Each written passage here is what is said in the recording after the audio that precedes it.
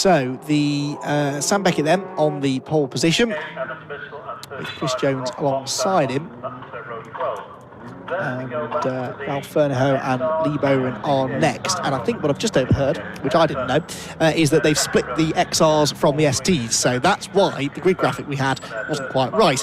Because although some of the XRs have outqualified the STs, they've separated the grid because, of course, off the line, the more powerful STs should have an advantage. So it's just to try and limit some of those closing speeds, basically, between the really quick STs and the slightly slower in the straight line XRs. But through the corners, something Michael Heath was telling me yesterday is that the XRs actually are a little bit quicker. So over a tight and twisty lap like this one, that's why the XRs are maybe a little bit more competitive and they should move forward in the race. Michael Heath, who lines up 12th on the grid, of course, multiple former XR2 champion, is one of those that really hasn't made the transition into the STs all that well. 2.7 seconds off the pole position pace for Michael, but he's still enjoying his racing, and he is very much at the centre of the STXR Challenge community in and around the paddock, and he'll be looking forward to a good race here and hopefully moving forward into the top 10.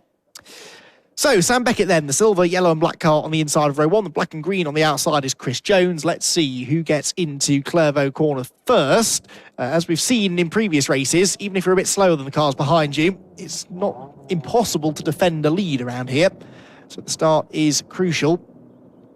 Got to get off the line well, got to get into that first corner safely, and then watch the cold tyres, those rears being very, very slippery. In the early stages can lead to a few issues. Speaking of issues, one of the XR2s into the pit lane. That might have been Alex Causa, possibly. I think he had some issues in qualifying. Yeah, I can see Daniel Cooper at the back of the grid, so I think Alex Causa possibly is in strife. He was way off the pace in qualifying, so I assume he's had some sort of a mechanical issue. But we'll see how the rest of the XR field get on as they try and move through the field. So a new era of racing then, really, in the ETSL STXR Challenge. About to get underway here from Croft for round number 1 of their 2021 championship. Sam Beckett on pole position, Chris Jones alongside him. Let's see who gets into that first corner first. As Chris Jones there in the number 27 car launches from the outside of road number 1. The race is underway. 20 minutes then the race distance as they head towards turn 1, and it's not a good start by Sam Beckett. Look, it's Jones that's got the lead, and Beckett is going to be in the middle of a 3-wide battle for second place heading into turn number 1. Lee Bowen's up the inside but bails out of it, and on the outside, Lee Bowen on the outside, Michael Blackburn on the inside trying to go through. Oh, and there's a spinner at the back, look, and someone has gone backwards into that Recticel barrier on the apex. They're rejoining right at the back of the pack, and the number on the windscreen is 43, which means it was 53. That must have been Darren Watson, who's had the spin at the first corner. Right, leaders down through Tower, and the inside there, a big move being made by Chris Grimes, who started 9th on the grid. He's picked up a place or two in the first half a lap or so. Leading 4, though, starting to make a bit of a break, and after a slightly tardy start, Chris Jones has done well, actually, to hang on to second place. He was under all sorts of pressure from Mark Robinson and Lee Bowen behind, so apologies, the black car I saw challenging for second, but actually Mark Robinson from the 3rd row of the grid. Again, we talk a lot about driving a new car and learning, basic things like braking points and, racing lines and things, but getting a brand new car off the line can be tricky, especially a powerful car like these STs. So I guess for some of them, it was their first ever race start in these cars. Maybe that explains why we've had so much shuffling, bouncing around goes Chris Grimes, and that place that he's just gained on Michael Blackburn, he gives straight back again, going through the complex, and he might lose another one now as well to Ryan Borum, who works his way through. He's a few places ahead of his brother Lewis now, isn't he? He's going to get another car between them now because he drives right around the outside of Grimes as they go through the hairpin. Right, leaders come through at the end of lap 1 then. Jones leads the way. Beckett in second place. There's a very smoky car in the background which should be heading for the pit lane but isn't, slightly worryingly. Rest of the field come through though, with Robinson in 3rd. Ralph Fernahoe is in 4th position. Oh, and the back of Chris Grimes' car is not happy at all, is he? He has another big moment through Clairvaux, and now he's under pressure from the number 18, and that is Michael Heath. So Heath has had a demon start, hasn't he? Started 12th, he's picked up 4 places already to be 8th, and now sees a chance to take 7th place, away from Chris Grimes. Michael was telling me yesterday that these cars are a little bit easier to drive than the XRs, and he's not necessarily a fan of that, but he's under pressure actually now, isn't he? Look, from the number 20 car behind him of Matt Eldridge, who again moved over into the STs a bit sooner than some of the other drivers out there on the grid. Lewis Bowen tries to take advantage of that loss of momentum. Side by side for third, that was. I did spot that Lee Bowen and Mark Robinson were battling into Tower Corner, and I think there might have been a change for position there a bit further up the road. We'll try and get to that in a moment, but the rest of the field comes through with Michael Heath and Matthew Eldridge there still scrapping away. Have we had some changes at the front? It should still be Jones leading from Beckett second, but third, fourth and fifth looked as though there might have been some chopping and changing. Well, there go the top two. Now in third place is still Robinson, but in fourth place actually is still Lee Bowen. So no, they're in exactly the same order then, but they were side by side into Tower. Ralph Fernhoff then in fifth position. Come through the hairpin, you couldn't get much closer there, could you? Oh, and that's Beckett. That's Beckett off the road. Sam Beckett has understeered off the road through the hairpin and thrown away second place. So into second goes Robinson. Lee Bowen goes third, and now Michael Blackburn is trying to battle away there as they go into Clervaux corner. Ralph Fernhoff, tries to go to the outside. Oh, and into the Rector-Cell barrier goes Sam Beckett, and that has done a lot of damage to the right front corner of that car. And that was, you wouldn't think hitting that Rector-Cell barrier would do that sort of damage, but it's really ripped the bodywork off the right front corner. Not a good couple of corners that for our pole man, who was on pole position by over 3.5 tenths of a second, but again, goes to show that's only part of the story. So it is Chris Jones that leads then now from second place Mark Robinson. They drop down through Tower Corner again. There is what remains of Sam Beckett's car in fourth position. Lee Bowen is the man that's ahead of him in third. Ralph Fernhoff behind him in fourth. Michael Blackburn then drops down into sixth position, with Ryan Bowen seventh, Chris Grimes in eighth, keeping it on the track this time. Ninth place for Michael Heath, and 10th for Matt Eldridge even, with some changing further back. In Class A, by the way, for the XRs, it is still the number 68 car then that leads the way, and that was Simon Robinson, and he is up into 23rd place overall, having qualified 14th overall, so there's more overall ground to be made there, although it won't benefit him at all in the points. Through the complex we go once again. This group of cars getting ever closer, being caught now, aren't they, by the next little group, really, which is headed by Ryan Bowen, and he's bringing Chris Grimes with him. Chris Grimes was second in last year's championship, some way behind champion Will Heslop, both of whom were running in the STs last year as well. 3 laps completed then. Jones leads the way, but it's behind him where all of the entertainment is, really. Matt Eldridge there pulling out a line to try and make a move down the pit straight. Although Matt Eldridge, I think his transponder's maybe not working. Oh dear, the Rector-Cell's gone again, and this time that is game over for Sam Beckett. I picked the wrong moment to look at the timing screen then, didn't I? Sam Beckett has really hit the barriers now at turn 1. I'd like to see a replay of that if possible, to see exactly what happened. And Sam Beckett has ended his race in spectacular fashion. Did he lose the rear on entry to the corner, I wonder? Oh, it was in the middle of the road already. Why weren't there yellow flags out for that right in the middle of the track through Clervaux? And there was absolutely nothing that Beckett could do. He was unsighted for the cars in front of him. Well, he will be... Oh, there's a yellow flag there, but I didn't see one on the entry to Clervaux. That is, well, there you go. Sam Beckett will be asking some questions about that after the race, I would have thought, and that has ruined the front of his car and ruined his race as well. He'd already clipped it. I mean, he clipped it a lap ago, which I suppose is why it's in the middle of the road, but I'm surprised it hadn't been moved before the leaders got there on the next lap. Anyway, drama then aplenty in this opening round of the ETSL STXR Challenge race. Sam Beckett then out of this race, having started on pole, and Chris Jones having his life made a lot easier for him than we probably thought it would be. He had a 1.7 second cushion at the start of this third lap. It's probably even more now, but a fluid on the road there is the through the last corner as well. That'll be from that smoky car I saw earlier on. We've had into the pit lane the number 3 of Mark Blunt, so I think it was Mark that I saw trailing all of that smoke in the earlier stages. 2.1 seconds now is the gap at the front, by the way, but the fastest lap goes to Lee Bowen in third, as around the outside goes another Bowen. Wherever you look, there are Bowens in this race. It's Michael Blackburn that he's overtaking, and it's Ryan Bowen going through. So Ryan moves into 5th position now, having started 7th, so a couple of places gained for him, but hardly anyone's running in the order they started in now, given just how topsy-turvy the opening half of this race is. Well, not even opening half the race, opening 7 minutes or so of the race have been.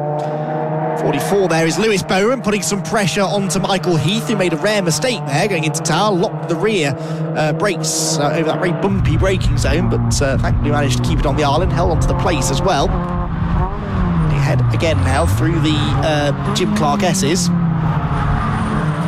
As for the XR2 class, by the way, yeah, Robinson now into the top 20, so Simon Robinson getting a bit closer now to where he qualified on outright pace, but remember they split the grids because the XRs in theory aren't as quick as the STs, but a well-driven XR and a well-prepared XR is still a very potent car. There is the number 17 going through, which is Daniel Cooper. He has got the 2nd and 3rd place cars behind him, putting him a lap down. Cooper is running 3rd in the XR2 category, and he does his best to stay out of the way, taking to the grass in fact to get out of Robinson and Lee Bowen's way. Lee Bowen continuing to set a strong pace here. He set the fastest lap a lap ago. This time he is probably not going to be quite as quick. Oh, and now they've got some real traffic, look, going through the first couple of corners. Oh dear, that all got a bit messy. That was Alex Causa in the 63, who I saw coming down the pit lane at the start of the race, but he's back out there now, running quickly, and they're going past... was that Simon Robinson? No, it can't have been Simon Robinson. One of the slower cars that was going particularly slowly there as he saw the leaders appearing on his tail. But yeah, that lap wasn't quite as quick for Lee Bowen because of the traffic, but he's still right on the tail of Robinson in 2nd place. John Spencer, that is, who is the only Class C car in the race. Class C for the SI 1800cc Fiestas, which never quite took off really in this championship. Were introduced a number of years ago, but we've never really had any more than 1 or 2 of them on the grid. Race leader then, Chris Jones, heads through Barcroft for the 6th time. 2.3 seconds was his margin over Mark Robinson at the start of the lap. I'd say at this point on the circuit it's come down a bit though. Confirmation at the end of the lap, of course, but maybe by a 10th or so they're just reeling him back in again. Certainly Robinson's gained a car length or so over Lee Bowen in the first part of the lap, although Bowen's coming back at him now. Alex Causa locking up there, going through the complex.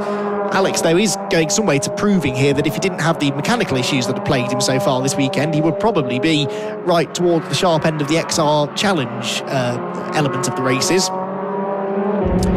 Let's see what these lap times are then. 2.3 seconds was the gap between Chris Jones and Mark Robinson, 1st and 2nd. At the end of lap 6, it is, waiting for the timing screen to update, which it's stubbornly not doing, 1.2 seconds apparently.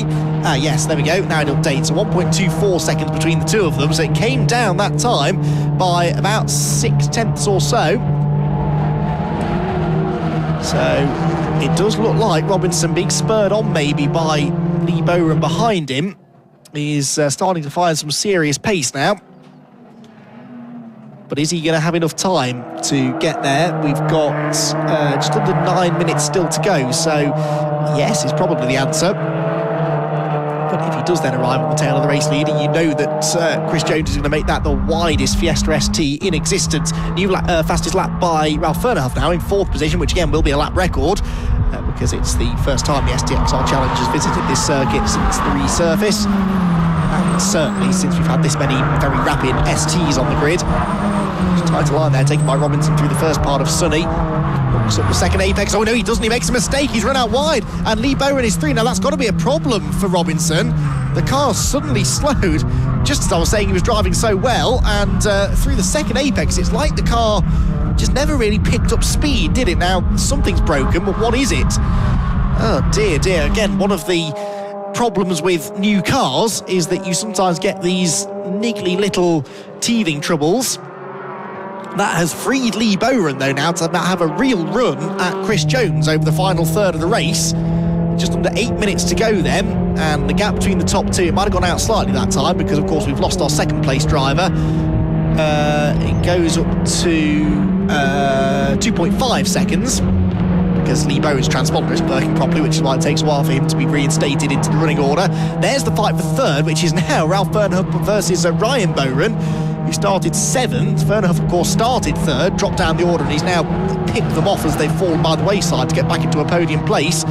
But are we going to see 2 Bowrens on the podium? It's happened before, of course, particularly when 2 or sometimes 3 of them are all racing in the XRs at the same time. Town corner they go. There is Mark Robinson, so he's not even made it back to the pit lane, has he? Oh, he's gone through the back entrance, actually. He's right behind our commentary position. No obvious sign of what it was. The car just seemed to cut out, didn't it? Much the way that a couple of other drivers have reported has happened this weekend. Those curbs have put such forces through the car that it will just dislodge things and break things. And oh dear, mistake made there by Fernhoff. That's going to cost him 3rd place, is it? No, not quite. Ryan Bowen tried to get up the inside, but now Fernhoff's on the grass coming out of Sunny. That was all a bit messy. Where's Bowen gone? Where has Bowen gone? Ryan Bowen really dropped back, didn't he? I suppose he was on a tight line going into the second part of Sunny, and that really killed his momentum off the corner. So that let Ralph off the hook a bit there. Leader's about to come through to complete their 8th lap of the race. 6.25 minutes still to go. The lead margin that was 2.5 seconds doesn't visibly at least seem to be coming down. It's 1:42.6 for Chris Jones. The reason it doesn't seem to be coming down is because Chris Jones has just set the fastest lap. So right when he needed to, he has responded to the pressure being applied by Lee Bowen. Oh no, he hasn't. Bowen actually, once his time update, is a bit quicker. So Lee Bowen, making a liar out of me, actually gets the gap down fractionally to 2.3 seconds. He was just under 2/10 quicker than Chris Jones. Fernhoff still 3rd, with Ryan Bowen 4th. Michael Blackburn is in 5th position, which is where he started. Lewis Bowen 6th, Chris Grimes 7th, Michael Heath in 8th position, 9th place Matt Eldridge, and 10th position for the number 26 of Luke Woodward. So, are we going to see any more changes here in the final few minutes? You'd imagine you probably will. Simon Robinson, by the way, in our latest XR2 update, is now 18th place, right on the tail of the 17th place, number 92 of Paul Brattel. So that's likely to be the last place he gains, though, as there, Ryan Bowen does now get the job done on the inside of Ralph Fernhoff through Sunny. You'd think Ralph would have learned from his mistake there a lap ago, but he made exactly the same error, and so Ryan Bowen got through. So Bowen then does now make it 2 Bowrens on the podium, one father and one of the sons.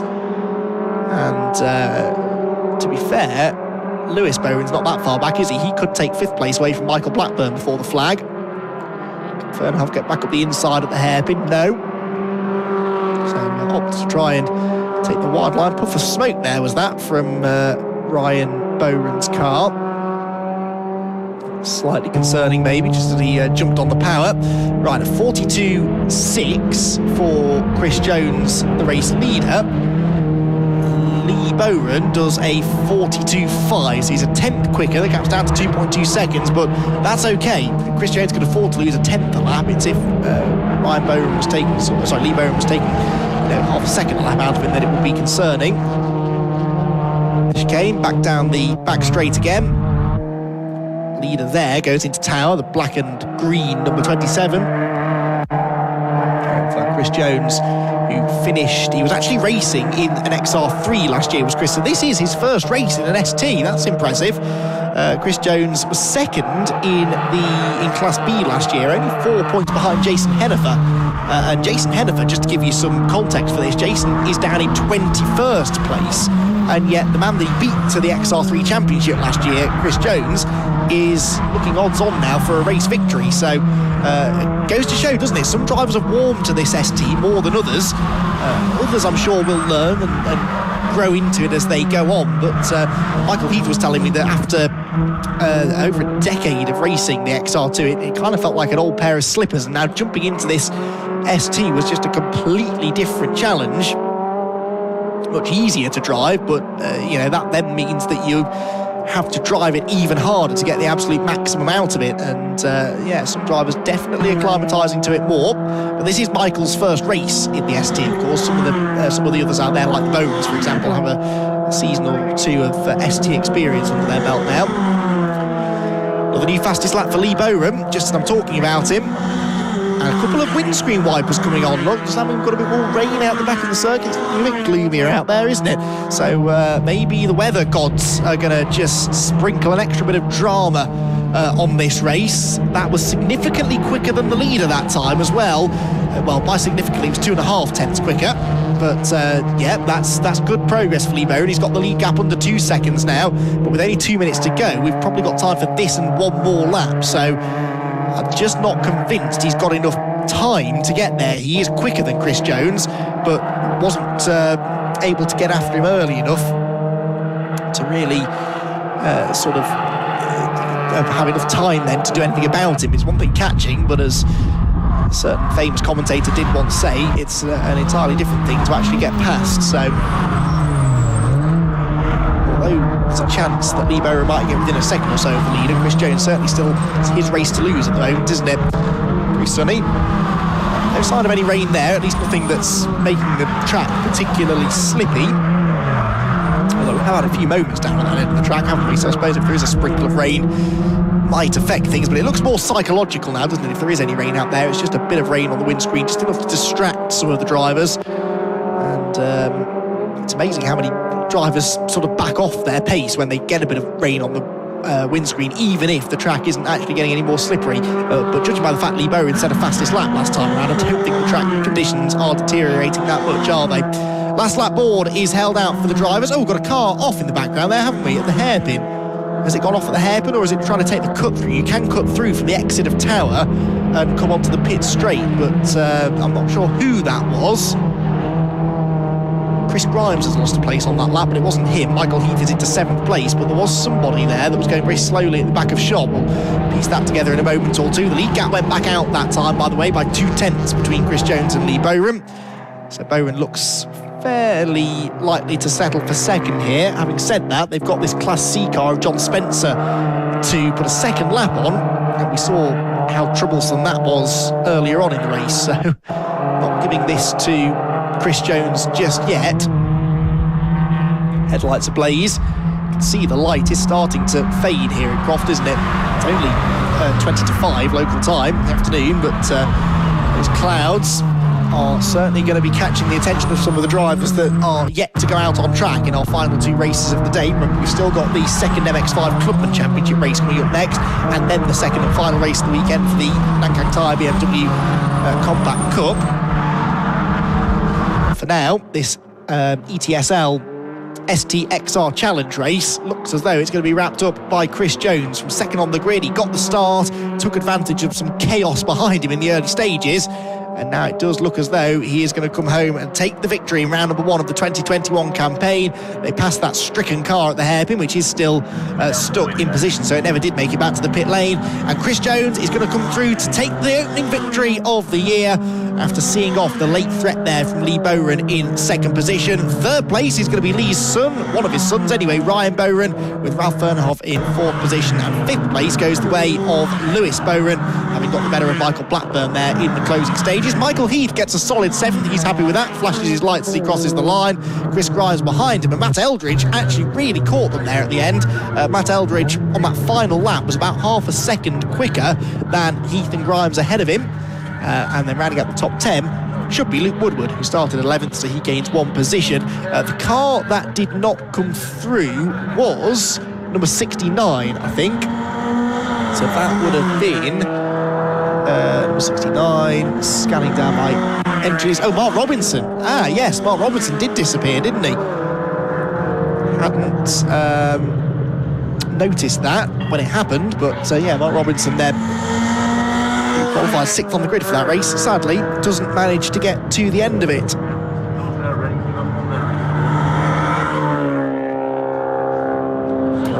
So we will look back on that race with, well, some of us more fondly than others, perhaps. Certainly Sam Beckett won't be particularly pleased. There you can see him stood chatting to the Marshall's trackside.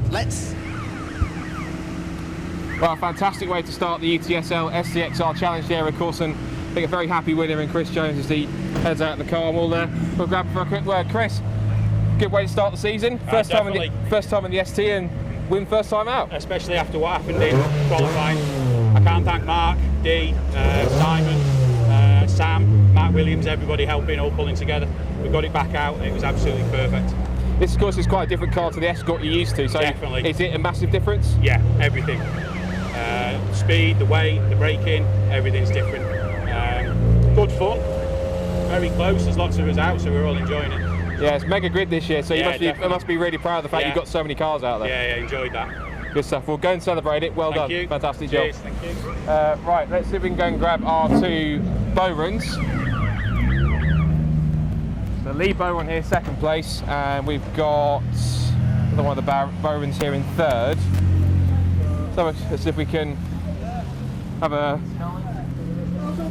quick chat. Let's bring you in, Lee, for second place. All right. Well, compared to how things kind of ended with your 2020 Capital Park, which we won't talk too much about, that's a good way to make up for it, isn't it, second place? Yeah, pretty happy with that. It's been a long time coming, but no, really pleased with that. Yeah. I remember you talking last year that the STs are a lot of fun. Of course, they're different to the XRs that you were used to, but just how much of a step up is it to go from one of those Fiestas to one of the STs? And I keep saying it, but these things are a lot easier to drive. You set up with an XR, it's on a fine line. You really are. So these fast lads that were in the XRs, they'll get to grips with these, such as Mike Heath, and he just needs to get to grips with an ST, and he'll be up there at the front. No doubt about it whatsoever. But them lads, they had it sus with them XRs, so yeah, it'll take a while, but they'll be there. Of course, we just say to Chris as well, you must be proud of the fact you got 30 cars out of this year. The grid's grown exponentially. It's a brilliant looking championship this year. Yeah, it's fantastic, isn't it? I mean, that's down to a lot of hard work by Dave Fairclough and the people that work alongside him, and we all try and help him, as much as we can. But yeah, Dave's put the legwork in, and now he's reaping the rewards, which he deserves to as well. He does, and you all deserve it, because it's been a brilliant looking championship, and you drove that. You deserve that second place for the drive. So yeah, I like to think so.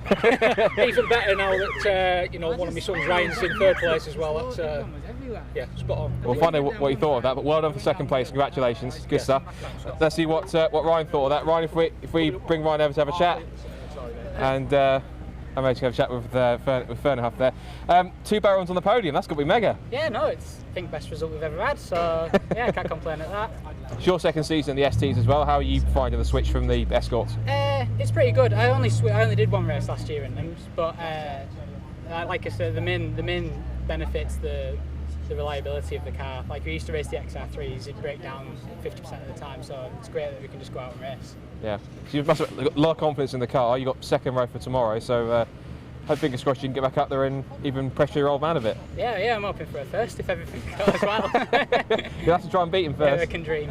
Good stuff. Well, congratulations, well done. Go and enjoy it. Thanks.